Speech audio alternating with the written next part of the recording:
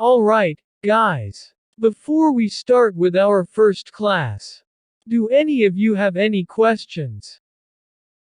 Yes, teacher. I have a lot of questions about learning English, please. Okay. Then, why don't you come here, so everybody can know what questions you have? Good morning, teacher. My name is Jefferson. I have a lot of questions about learning English. Morning, Jefferson. Nice to meet you. Sure. Tell me, what are your questions? Yeah, but first, I want to know where you are from. Because to learn English we need a native English teacher. I'm from US. But who told you you need a native English teacher to learn English? Yeah, that's the only way to learn English, right? Because they're the best teachers. It's true they know how people naturally speak, but that's great to practice speaking and listening. They can be great to have conversations, but not all native English teachers are excellent teachers. Sometimes, all you need is a teacher who can teach you very well. Especially if you are starting. You need someone to explain the basics of a language to you well. That's very important. And a native English teacher is great if you already know that. To practice conversation. I think you're right. But what are the advantages and disadvantages of having a native English teacher? Well, I can explain it to you in a next video. If you like the idea, please, let me know on the comments. Alright, teacher. Then, what can I do if I can't find the right word in English? When English is not your first language, it is normal to get nervous and have the fear of not finding the right word. Getting stuck in the middle of a sentence is more normal than you might think. Especially when you are in front of your manager, teacher or other native English speakers. To avoid this kind of situation, don't overthink or stress over grammar mistakes. Learn vocabulary in chunks, blocks, and learn to paraphrase. If you do get stuck and cannot find the right word, first of all, don't panic. Nobody is perfect and we all get stuck sometimes. Take a deep breath, relax, use one of the phrases below, and start over again. For example, ask, "Sorry, what was I saying?" "Excuse me, where were we?" That can work. Or, pause and be open, "I lost my train of thought." Repeat the beginning of the sentence or use other words. I'll start again. "Sorry, I meant to say that." Let me rephrase that. "Actually, what I meant to say was that." Gain time by drinking water or asking a question. I did it when I was learning English. I like that idea. It's very useful. And how can I explain something if I can't find the exact word? I know how to explain it in my own language, but when I try to explain it in English, I can't find the exact words. This is probably one of the most common concerns among our learners, and it is especially frustrating.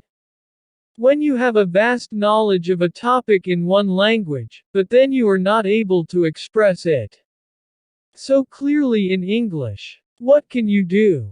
Try the following tips. Use synonyms and similar words. Think of words that mean the same or almost the same.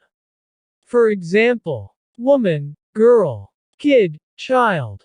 Make it simple. Rephrase it in a more simple way, without having to use that word. For example, if you want to say, "My knowledge is vast, but it's difficult for you," you can say, "I know a lot of things." Say the opposite. Use antonyms to state the opposite of what you have in mind. For example, if you want to say that a person is silly, but you don't know that word, you can say, that person is not intelligent. Or if you don't know a word, you can describe it with basic words. For example, car. It's a vehicle with 4 wheels. You can use it to go to different places. You see. Yeah, much better. Thank you. How can I improve my fluency in English? And my confidence? This is the next $1,000,000 question. How to improve fluency and confidence in speaking English? Well, easier said than done, ha ha ha. If you want to become fluent in English, the first thing you need is not to be afraid of making mistakes. Remember that being fluent in a language does not mean that you can speak perfectly, rather, it means that you can express yourself easily. Second, practice makes perfect. Find friends, colleagues, or a native English teacher that can help you with this part. The more you speak, the more natural it will feel. For sure. I've already said this many times, but shadowing is a very good technique to practice English. First, listen to a video or movie as you follow the text. Then, practice mimicking the speaker. And repeat exactly the same words with the same pronunciation and intonation. That's it. Fixed phrases and idioms are very common among native speakers. If you learn them. Now, if you want to know more about these fixed phrases and idioms to speak English, let me know. That would be great. Teacher, do I really need to sound like a native English speaker? No, you don't. We all have our own accent and also native English speakers. But you don't need to sound exactly like them to communicate in English. Unless your goal is to sound like an American or British English speaker. It will depend on you. But what you really need to have is the fluency. That is what you should focus on. The accent and the way your English sound is something you will focus on later. First, learn to speak fluently. You're right, teacher.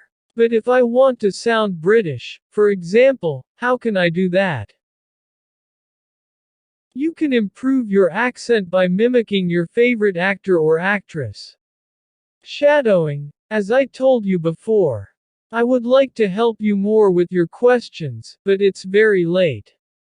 We need to start the class. Yes, I know, teacher. But I have more questions about learning English. Please.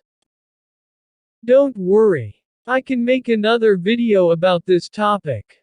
Only if you like the video, of course. You can also write your questions about learning English on the comments and I will answer them. Take care.